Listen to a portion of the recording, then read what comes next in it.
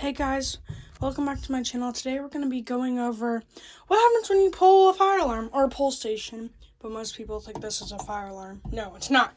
This is a fire alarm. Or this is a strobe. Or there's a fire alarm over here. Sorry about the lighting. I need to get lights down here. More of them. So I'm going to show you guys what happens when you pull a pull station or a fire alarm, whatever you like to call it. And usually there'll be a glass break rod in this. Look like this. But I don't usually have it in. Shoot. But yeah. So I'm going to start with that part of the system. Then let's go to this one.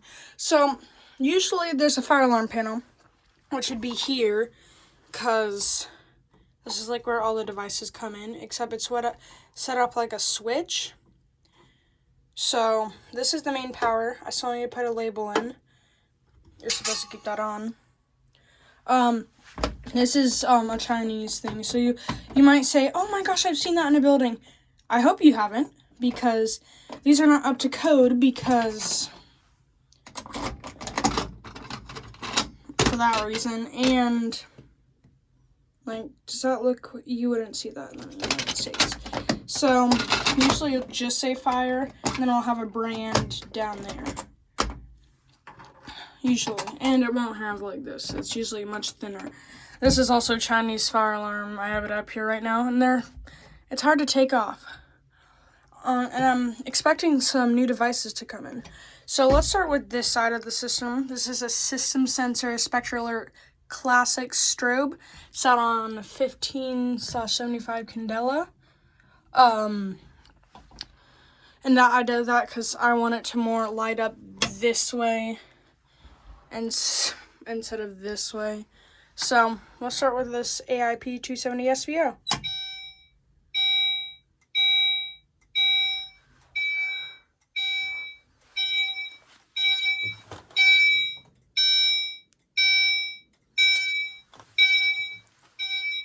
And this is what I meant by, this is the main power.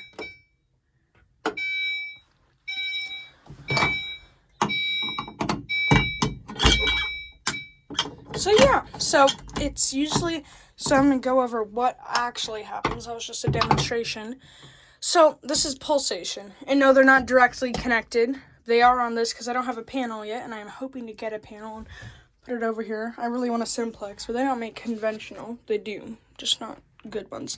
So, and this is usually connected as a switch, kind of like this. If you technically put a switch on a fire alarm panel, if you flip it and even like do it super quickly, it's usually going to be like, oh, I got a power signal, so it's going to set it off. So when you pull one, it connects the circuits like a switch does. Like right now it's connected, not connected, connected. It will send it to the panel, and the panel will be like, there's an alarm in state on that pulsation. On addressable, it will be like 0.58 backdoor pulsation or backdoor smoke has been activated and the system is in alarm.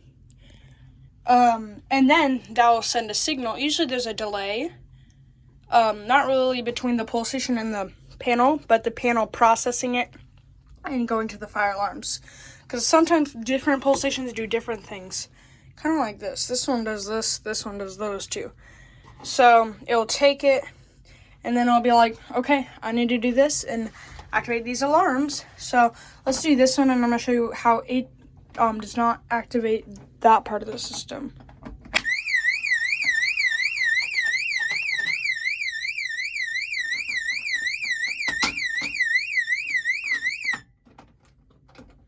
Yeah. So that's how it works. It's just like a switch, basically, and they all come in the back. Like, let me see.